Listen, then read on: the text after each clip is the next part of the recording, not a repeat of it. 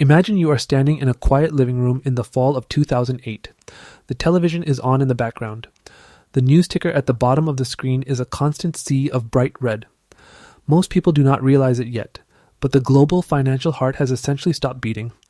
One shocking report from that era claimed that if the Federal Reserve had not stepped in, the entire global economy would have collapsed within 24 hours. You probably assume the adults in the room had a plan that did not involve a massive, untested gamble. But the reality was much messier and far more desperate. How did a temporary emergency measure become the blueprint for the massive debt bubble we are struggling with here in 2026? The man at the center of this storm was Bernanke. He was not a typical Wall Street shark. He was a quiet academic who had spent his life studying the Great Depression. He knew exactly what happens when banks stop lending. He knew how quickly a recession can turn into a decade of poverty. When the housing market imploded, the traditional tools failed. Cutting interest rates to zero was not enough. The engine was still seized, so Bernanke decided to do something that had never been done on this scale before. He pulled out what people called the Big Bazooka. This was the birth of quantitative easing, or QE. In simple terms, the Fed started creating digital money out of thin air to buy up massive amounts of debt. They focused on mortgage bonds and government treasuries. The goal was to flood the system with so much cash that interest rates would stay low forever. This was supposed to force people to spend and businesses to hire. It was like a giant blood transfusion for a patient that was bleeding out on the table. You could practically feel the tension in Washington during those first few months. The stakes were impossibly high. If it worked, Bernanke would be a hero. If it failed, the US dollar might have lost its status as the world's reserve currency overnight. The Fed's balance sheet exploded almost instantly. It went from under $800 billion to over $2 trillion in a flash. That is enough cash to stack physical bills all the way to the moon and back. It was a staggering amount of liquidity dropped into a dry forest. The initial results were actually quite positive. The stock market stopped its freefall. Banks began to breathe again. People started to believe that the worst was over. But this is where the story gets complicated. Finance people still go back and forth on whether this first round of easing was a brilliant rescue or the start of a very dangerous habit. Some argue it was the only way to prevent a total dark age for the economy. Others say it was the moment we broke the natural laws of supply and demand. You have to understand the psychological shift that happened next. Before 2008, the Fed was like a referee.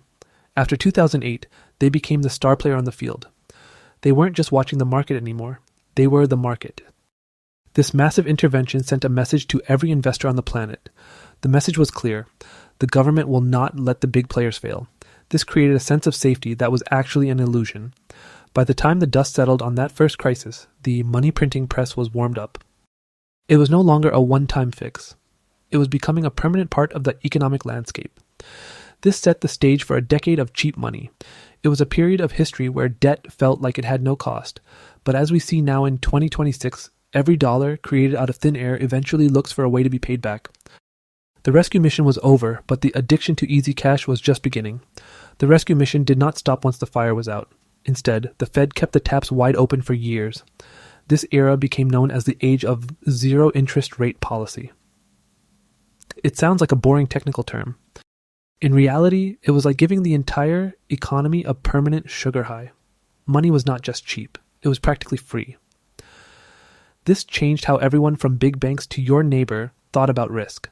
If you watch the charts from the early 2000s, a strange pattern emerges. The underlying economy was not growing very fast, but the stock market was absolutely soaring. This was the famous Bernanke put. Investors began to believe that the Fed would always step in to save them if things got ugly. This created a massive moral hazard. Why play it safe when the house covers your losses? One notable event that proved this addiction was the taper tantrum of 2013. Bernanke stood up and gave a simple, honest speech.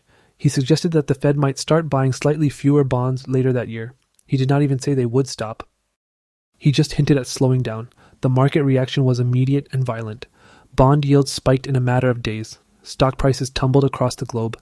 It was a full-scale panic. This moment was pure drama for the financial world. It showed that the global system was no longer functioning on its own. It was a patient that could not survive without a constant IV drip of cash. The Fed was officially trapped. If they stopped printing, the markets crashed. If they kept printing, they risked creating an even bigger monster for the future. The scale of this intervention was truly hard to wrap your head around. By 2014, the Fed's balance sheet had swelled to over $4 trillion. Imagine a wall of $100 bills. If you built that wall around the entire border of the United States, it would still be several feet high. That is the kind of liquidity we are talking about. It was no longer just a safety net. It was an artificial ocean of cash. There's still a real disagreement on whether the Fed stayed at zero for too long. Some believe they should have raised interest rates as soon as the banks were stable. They argue that by keeping money free, the Fed forced people into dangerous, speculative bets. Others insist that the recovery was too fragile to survive higher rates. They say the Fed was just doing what was necessary to prevent another depression. You notice a shift in the corporate world during this time too. Companies were not necessarily investing in new factories or better products. Instead, they were borrowing billions at near zero interest. They used that cash to buy back their own stock. This made their share prices look incredible. It made executives look like geniuses. But underneath the surface, these companies were becoming hollowed out by debt. This was the era of the everything bubble. Real estate started climbing back toward record highs. Tech startups with zero profit were valued at tens of billions of dollars. It felt like a new golden age where the old rules of math did not apply. But debt is a stubborn thing. You cannot print your way out of the fact that it eventually has to be repaid. The world was building a skyscraper on a foundation of shifting sand. We were all just hoping the wind would not blow. When interest rates are near zero in the United States, big money does not just sit still. It starts looking for a home elsewhere. This period triggered what traders called the reach for yield. It was basically a global game of musical chairs. Pension funds and insurance companies were in a very tough spot. They had promises to keep to retirees, but with government bonds paying almost nothing, they could not meet those goals. So they started taking bigger risks. They poured cash into places they usually avoided. This included speculative tech startups, and investors flooded emerging markets across the globe. In 2017, something truly strange happened that perfectly captured this mood. Argentina issued a 100-year bond. Think about that for a second. This is a country that had defaulted on its debt multiple times in the previous century. Yet investors were so hungry for a tiny bit of extra interest that they lined up to buy it. The demand was massive. It was a clear sign that the world was swimming in too much cash. The fundamental risks were being completely ignored in favor of a quick return. This was the era of the zombie company. These were businesses that did not make enough profit to even cover their interest payments. They only stayed alive because they could keep borrowing more free money to pay off the old debt. By 2018, reports showed that roughly 1 in 5 publicly traded companies in the US could be classified as a zombie. This was a direct result of the low-rate environment Bernanke pioneered. It created a fragile layer of the economy that could only exist in a world where money had no cost. The sheer scale of this global debt pile was breathtaking. By the early 2020s, the amount of debt in the world with negative interest rates reached nearly $18 trillion. That is enough cash to buy every single team in every major professional sports league on earth 100 times over. People were literally paying governments to hold their money for them. It was a total inversion of how capitalism is supposed to work. You notice how the focus shifted from building real value to simply managing debt loads. Analysts still argue about whether this global flood of cash actually helped developing nations or just set them up for a fall. Some say it provided the capital needed for massive infrastructure projects. Others argue it just saddled these countries with debt they could never hope to repay once rates eventually rose. This created a ticking time bomb in the global south. When the US dollar eventually got stronger, those debts would become impossible to manage. You watch this play out in the housing markets of Canada and Australia during the same period. Local wages were not growing much, but house prices were behaving like they were on a rocket ship. This was not because the houses were suddenly better. It was because global investors were using real estate as a place to park their excess cash. It turned basic housing into a speculative financial asset. This left a generation of young people wondering if they would ever be able to afford a home. The tension was building every year. The financial system had become a giant, interconnected web of leverage. Everything was tied together by the assumption that the Fed would never let the music stop. But the problem with printing money is that you can't control where it goes. You can't force it to stay in the stock market or the bond market forever. Eventually, all that liquidity starts to leak into the real world. That is when the true cost of free money finally reveals itself. For years, the experts told us that printing money would not cause inflation. They pointed at the 2010s as proof. The The Fed printed trillions back then, but the price of milk stayed the same. This gave policymakers a false sense of security. They thought they had finally found a cheat code for the global economy. But then came the early 2000s. The world shut down, and the stimulus checks started flying. Suddenly, all that digital money from the Bernanke era was meeting a world with no supply.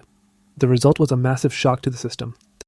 By 2022, inflation in the US hit its highest level in 40 years. This was not just a minor inconvenience, it was a fire that started burning through the savings of every average family. The Federal Reserve was caught completely off guard. For months, they used the word transitory.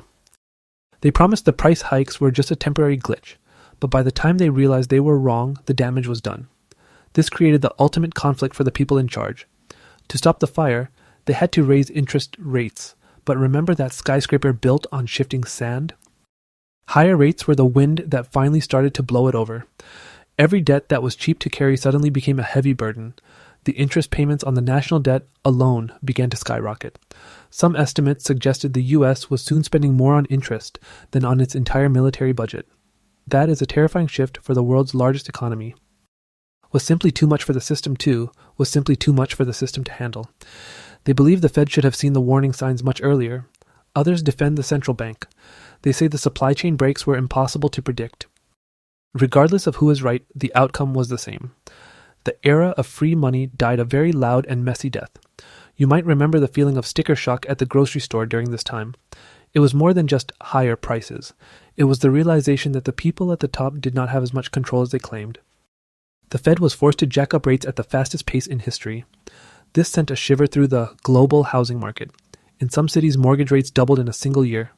This effectively froze the market for millions of people. You could see the tension in the banking sector as well.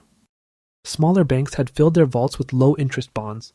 When rates went up, the value of those bonds crashed. This led to the high-profile bank failures of 2023. It was a preview of what happens when the tide finally goes out. The massive debt bubble was no longer expanding. It was starting to crack under its own weight. The Fed was stuck in a nightmare scenario. If they kept rates high to fight inflation, they would trigger a massive recession. If they cut rates to save the banks, inflation would roar back. This was the era of sticky prices. It was a direct consequence of the path Bernanke started in 2008. The short-term fix had finally run into a wall of reality. As we moved toward 2026, those cracks were turning into canyons. It is now 2026, and the bill has finally come due. The world is staring at something economists call the maturity wall. This is not some abstract math problem. It is a massive pile of corporate debt that was borrowed back when money was cheap. Trillions of dollars in loans are expiring right now. Companies that survived for a decade on low interest are suddenly facing a brutal reality. They have to refinance that debt at rates that are 3 or 4 times higher than before. For many, the math simply does not work anymore. The headlines today are filled with famous retail names and tech giants filing for restructuring. You look at the skyline of any major city and notice the silence in the commercial districts.